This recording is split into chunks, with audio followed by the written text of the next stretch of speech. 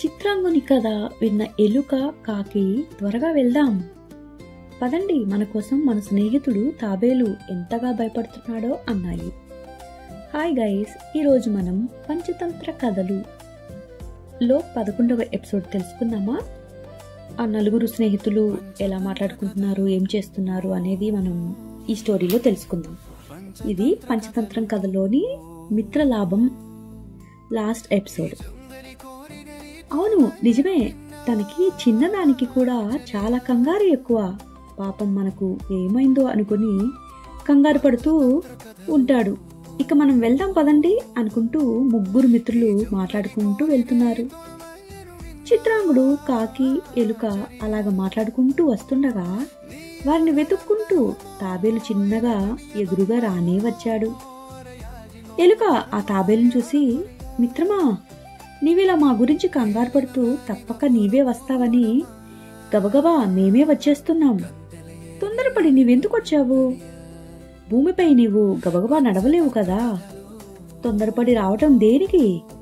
దారిలో ఏ శత్రువైనా చూస్తే నీ గతి ఏమవుతుంది అని విచారించింది. తాబేలు దిగులుగా మొహం పెడుతూ, మీ సంగతులు తెలియకనే నేనెంతో తల్లడిల్లిపోయాను. ఎంతసేపు ఎదురు చూశానో తెలుసా? ఎంత దుఃఖించానో తెలుసా? మీరు ఒక్కరైనా రాకపోతిరి. అందువల్ల మనసు ఊరుకోలేక ఉండలేక ఇక నేనే చిన్నగా అవస్థలు పడుతూ కష్టమైనా సరే బయలుదేరి వచ్చాను అని చెప్పింది బాధతోటి, కొంచెం దిగులుగా విచారిస్తూ.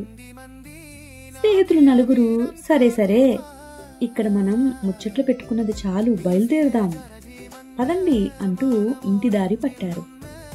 ఇంతలో వల నుండి తప్పించుకుపోయిన లేడిని వెతుకుతూ వేటగాడు కోపంతో వెనుక నుండి రానే వస్తున్నాడు అటువైపుగా.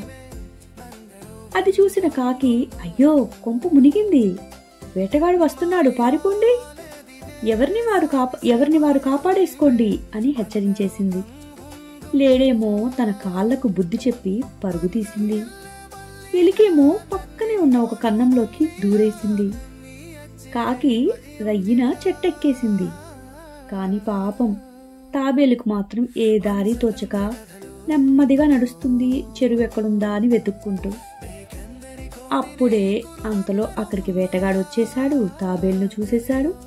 చక్కగా దాన్ని పట్టుకొని తన వింటి కొనకు కట్టి భుజం మీద వేసుకుని వెళ్తూ ఉన్నాడు.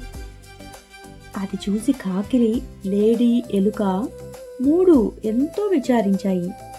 వేటగాని నుండి ఎలాగైనా మన స్నేహితుడు తాబేలును విడిపించడానికి ఒక మంచి ఉపాయం అయితే ఆలోచించాలి అని మంచి ఉపాయం ఎలుక చెప్పగానే దానిని అమలు చేసేశాయి.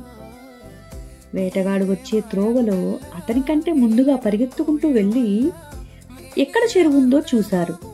ఆ చెరువు గట్టున వీళ్ళు ఉపాయం ఆలోచించిన ప్రకారంగా చిత్రాంగుడేమో ఊపిరి బిగబట్టిపోయి కాళ్ళు చాచుకొని చచ్చినట్లు పడినట్లు ఆ చెరువు పక్కనే నటిస్తూ పడుకొని ఉంది. కాకి ముందుగా ఉపాయం పన్నినట్లుగా ఆలోచించి ఆ చనిపోయిన లేడిని దాని కళ్ళు పొడుచుచున్నట్లు నటించింది. ఇంతలో వేటగాడు అక్కడికి రానే వచ్చాడు. చక్కగా పడి ఉన్న లేడిని నిజంగా చచ్చిపోయిందేమో అనుకుని భావించి తాబేలుకు కట్టి ఉన్న వింటిని బాణాన్ని కింద పెట్టి లేడిని తీసుకుపోదాం అనుకుని లేడి దగ్గరికి వచ్చాడు. వెంటనే పక్కనే ఉన్న కలుగులో నుండి ఎలుక తాబేలు వద్దకు వదిలి దానిని కట్టిన తాడుని త్వరగా కొరికేసింది. తక్షణమే చెరువులోకి పొమ్ము అని హెచ్చరించింది తాబేల్ని. తాబేలు కూడా వెంటనే పక్కనే ఉన్న చెరువులోకి దూకేసింది. ఎలుక కలుగులోకేమో పారిపోయింది. వేటగాడు ఆ లేడి దగ్గరికి రాగానే ముందుగా ఉపాయం పన్నిన విధంగా కాకి పైకి ఎగిరి కావు కావుమని అరిచేసింది. లేడి వెంటనే లేచి పిక్కబలం చూపించి చెంగున పరుగు తీసేసింది. ఈ చిత్రం చూసిన వేటగాడు ఆశ్చర్యపోయాడు. ఏంటిది ఇంత విచిత్రం, చనిపోయిందనుకున్న లేడి బతికే ఉందా అనుకున్నాడు. ఇక చేసేదేమీ లేక వెనుదిరిగి విల్లు బాణాలు పెట్టిన చోటికి వచ్చాడు. వాటి కొనకు కట్టిన తాబేలు మాత్రం మాయమైపోయింది. అది గ్రహించి మరింత ఆశ్చర్యపోయాడు. అంటే ఈ జంతువులు 4 స్నేహితులా? ఈ తాబేలుని రక్షించుకోవటం కోసం ఆ మిగతావి ఇలా నాటకం వేసి తాబేలుని రక్షించాయా? ఆహా, మిత్రలాభం ఎంత బాగుంది అనుకున్నాడు. ఇక ఆశ్చర్యపోతూ చేసేది లేక తన ఇంటి దారి తను పట్టిపోయాడు. వేటగాడు పోయిన కొంతసేపటికి 4 స్నేహితులు మళ్ళీ చెట్టు దగ్గరికి వచ్చి కలుసుకున్నారు.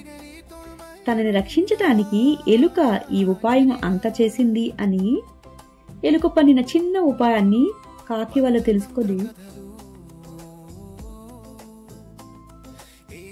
మిత్రమా, నీ బుద్ధి బలంతో నా ప్రాణాలు కాపాడావు. లేనిచో నా బతుకు నేటితో ముగిసిపోయి ఉండేది. నీ మేలు ఎన్నటికీ మరువలేను అని తాబేలు ఎలుకను ఎంతో మెచ్చుకుంది. మిత్రమా, కష్టంలో కాపాడటమే నా స్నేహధర్మం. నా విధి నేను నిర్వర్తించాను. ఈ మాత్రం దానికి పొగట్టలెందుకు చెప్పు అని ఎలుక తనని సర్ది చెప్పుకుంటూ చెప్పింది. ఆ తర్వాత ఆ 4 మిత్రులు మరింత స్నేహంగా, ఆనందంగా ఎంతో కాలం జీవించారు. ఇలా విష్ణు శర్మ అక్కడ పిల్లలందరికీ కథలు చెప్తూ, రాకుమార్లారా, చెడు సహవాసం సులభంగా దొరుకుతుంది, క్షణంలో విడిపోతుంది. కానీ మంచి స్నేహం దొరకాలంటే అది చాలా కష్టంతో కూడిన విషయం. మనకి ఒక్కసారి చెడు స్నేహవాసం దొరికింది అంటే మన ప్రాణాలకే ముప్పు తెస్తుంది. అదే ఒక మంచి స్నేహితుడి మనకి స్నేహం దొరికింది అంటే మన ప్రాణాలు కూడా పోకుండా కాపాడబడతాయి. చెడు స్నేహం ప్రొద్దుటి నీడలాగా మొదట గొప్పగా తయారవుతుంది, తర్వాత రోజు రోజుకి తక్కువగా అయిపోతూ ఉంటుంది. కానీ సజ్జనుల సహవాసం సాయంకాలం నీడవలే మొదట్లో కొద్ది కొద్దిగా వస్తూ ఉంటుంది, ఉండే కొద్ది పెద్దగా వృద్ధి చెందుతుంది. మీరు 4 ఇక్కడున్న ఈ జంతువులు 4 తాబేలు, ఎలుక, జింక, కాకి అలాగే మొదలుగు అన్నీ కలిసిమెలిసి ఉన్నాయి. జీవితంలో మంచి మిత్రుల్ని మీరు కూడా అలాగే సంపాదించుకోండి అని ఆ కథను చెప్పాడు. మరియు మిత్రలాభాన్ని మించిన సంపద మరొకటి లేదు. ఈ లోకంలో ఈనాటికి కూడా మిత్రలాభం అనే కథలు చాలా. రేపటి నుండి మిత్రభేదానికి సంబంధించిన కథలు చెప్తాను. ఇక విశ్రాంతి తీసుకోండి అని విష్ణు శర్మ రాకుమారులకు చెప్పాడు. హాయ్ గైస్, ఇలా ఇప్పటితోటి మిత్రలాభం కథలు అయిపోయాయి. నెక్స్ట్ నేను ఇవ్వబోయే ఎపిసోడ్లో మిత్ర భేదం గురించి చెప్తాను. మన విష్ణు శర్మ గారు మన పూర్వకాలంలోనే మన కోసం ఇన్ని మంచి మంచి రచనలు రచించారు. ఓకే గైస్, ఇక ఈరోజు ఈ ఎపిసోడ్ అయిపోయింది కదా. నెక్స్ట్ ఎపిసోడ్ కోసం మిత్రభేదంలోని కథల కోసం చూస్తూ ఉంటారు కదా. మరి మీకు మంచి స్నేహితులు ఎవరో కామెంట్లో చెప్పేయచ్చు కదా. మీ లైఫ్లో వాళ్ళ వలన మీకు ఎప్పుడైనా అపాయం నుండి బయటపడవలసి వచ్చి ఉంటుంది కదా. అలాంటి మంచి మంచి అనుభూతుల్ని మీరు షేర్ చేసుకోవచ్చు మన కామెంట్లో. అలాగే ఇప్పటి వరకు Shashank music me and you స్టూడియోని సపోర్ట్ చేస్తున్న మీ అందరికీ చాలా చాలా థ్యాంక్ యూ. మరియు ఈరోజు రిలీజ్ అయిన ఓజీ మూవీని చూసేసారా? నాకైతే పిచ్చగా నచ్చింది. అది కాక మన శశాంక్ సిరీస్లోని సాంగ్య కూడా జపనీస్ సమురాయే కదా, ఇంకా నచ్చకుండా ఎలా ఉంటుంది? మీరు కూడా చూసేయండి. చూడకపోతే ఆల్రెడీ చూసుంటే మీకు ఆ సినిమాలో ఏ సీన్ నచ్చిందో కూడా చెప్పేయండి. ఉంటాను, బాయ్.